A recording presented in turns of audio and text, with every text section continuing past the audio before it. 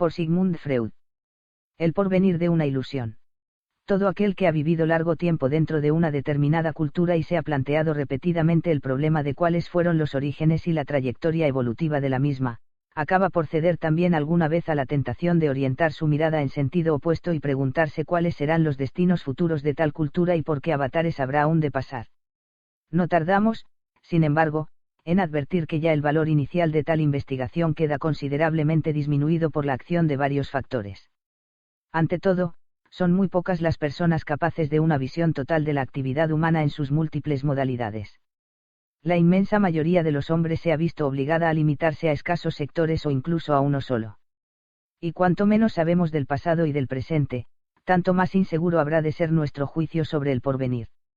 Pero, además, precisamente en la formación de este juicio intervienen, en un grado muy difícil de precisar, las esperanzas subjetivas individuales, las cuales dependen, a su vez, de factores puramente personales, esto es, de la experiencia de cada uno y de su actitud más o menos optimista ante la vida, determinada por el temperamento, el éxito o el fracaso. Por último, ha de tenerse también en cuenta el hecho singular de que los hombres viven, en general, el presente con una cierta ingenuidad, esto es, sin poder llegar a valorar exactamente sus contenidos. Para ello tienen que considerarlo a distancia, lo cual supone que el presente ha de haberse convertido en pretérito para que podamos hallar en él puntos de apoyo en que basar un juicio sobre el porvenir. Así, pues, al ceder a la tentación de pronunciarnos sobre el porvenir probable de nuestra cultura, obraremos prudentemente teniendo en cuenta los reparos antes indicados al mismo tiempo que la inseguridad inherente a toda predicción. Por lo que a mí respecta, tales consideraciones me llevarán a apartarme rápidamente de la magna labor total y a refugiarme en el pequeño sector parcial al que hasta ahora he consagrado mi atención, limitándome a fijar previamente su situación dentro de la totalidad. La cultura humana, entendiendo por tal todo aquello en que la vida humana ha superado sus condiciones zoológicas y se distingue de la vida de los animales, y desdeñando establecer entre los conceptos de cultura y civilización separación alguna, la cultura humana, repetimos, muestra como es sabido, al observador dos distintos aspectos. Por un lado, comprende todo el saber y el poder conquistados por los hombres para llegar a dominar las fuerzas de la naturaleza y extraer los bienes naturales con que satisfacer las necesidades humanas, y por otro, todas las organizaciones necesarias para regular las relaciones de los hombres entre sí y muy especialmente la distribución de los bienes naturales alcanzables. Estas dos direcciones de la cultura no son independientes una de otra, en primer lugar, porque la medida en que los bienes existentes consienten la satisfacción de los instintos ejerce profunda influencia sobre las relaciones de los hombres entre sí, en segundo, porque también el hombre mismo, individualmente considerado, puede representar un bien natural para otro en cuanto éste utiliza su capacidad de trabajo o hace de él su objeto sexual. Pero, además, porque cada individuo es virtualmente un enemigo de la civilización, a pesar de tener que reconocer su general interés humano. Se da, en efecto, el hecho singular de que los hombres, no obstante, serles imposible existir en el aislamiento, sienten como un peso intolerable los sacrificios que la civilización les impone para hacer posible la vida en común.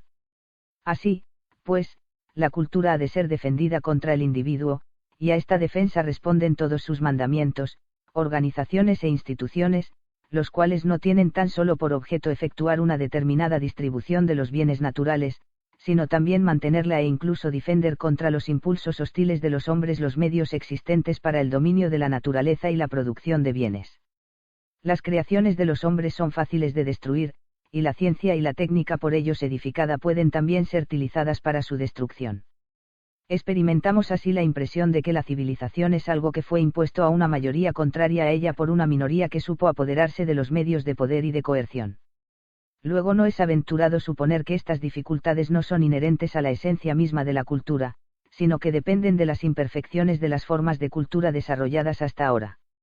Es fácil, en efecto, señalar tales imperfecciones. Mientras que en el dominio de la naturaleza ha realizado la humanidad continuos progresos y puede esperarlos aún mayores, no puede hablarse de un progreso análogo en la regulación de las relaciones humanas, y probablemente en todas las épocas, como de nuevo ahora, se han preguntado muchos hombres si esta parte de las conquistas culturales merece, en general, ser defendida. Puede creerse en la posibilidad de una nueva regulación de las relaciones humanas, que cegará las fuentes del descontento ante la cultura, renunciando a la coerción y a la yugulación de los instintos, de manera que los hombres puedan consagrarse, sin ser perturbados por la discordia interior, a la adquisición y al disfrute de los bienes terrenos. Esto sería la Edad de Oro, pero es muy dudoso que pueda llegarse a ello. Parece, más bien, que toda la civilización ha de basarse sobre la coerción y la renuncia a los instintos, y ni siquiera puede asegurarse que al desaparecer la coerción se mostrase dispuesta la mayoría de los individuos humanos a tomar sobre sí la labor necesaria para la adquisición de nuevos bienes. A mi juicio, ha de contarse con el hecho de que todos los hombres integran tendencias destructoras antisociales y anticulturales, y que en gran número son bastante poderosas para determinar su conducta en la sociedad humana. Este hecho psicológico presenta un sentido decisivo para el enjuiciamiento de la cultura humana.